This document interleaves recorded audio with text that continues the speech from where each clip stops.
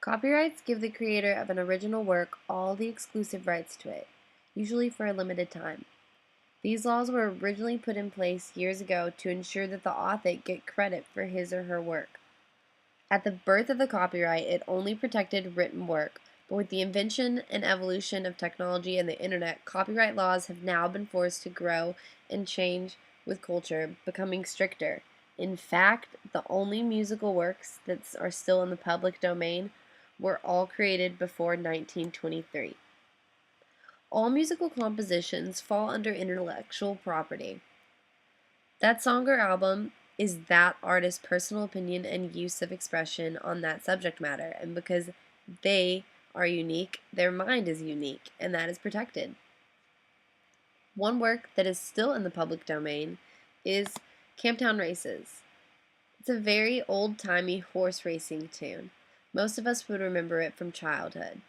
I believe this is still in the public domain simply because of its age and how often that it has been used. However, that can't always be true because the song Happy Birthday, which is just as old but not protected by the public domain, it is actually illegal to sing Happy Birthday in public. You should be paying royalties, but those royalties don't go back to the women who wrote the song years ago. They're going to huge monopolized companies just waiting to make money off of a song that's frequently used. Bands such as Phish, Humphreys McGee, and countless others are ahead of the game and release recordings of live shows to the public domain through websites such as archive.org. Which brings me to my second non-copyrighted piece of work. All of the downloads on archive.org.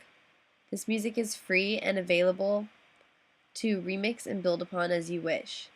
These bands are still making money through touring and live shows, and the fact that they release recordings for free makes the fans feel more respected by the band, and it makes them want to purchase tickets to the next show.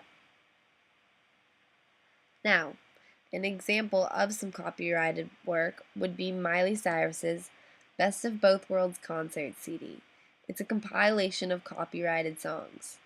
They are copyrighted because they have been written down or recorded and put into some tangible form. She has the same show every night on tour, so if those songs were free and illegal to download and build upon, then her CD would significantly see a drop in sales, and this is very bad for her business.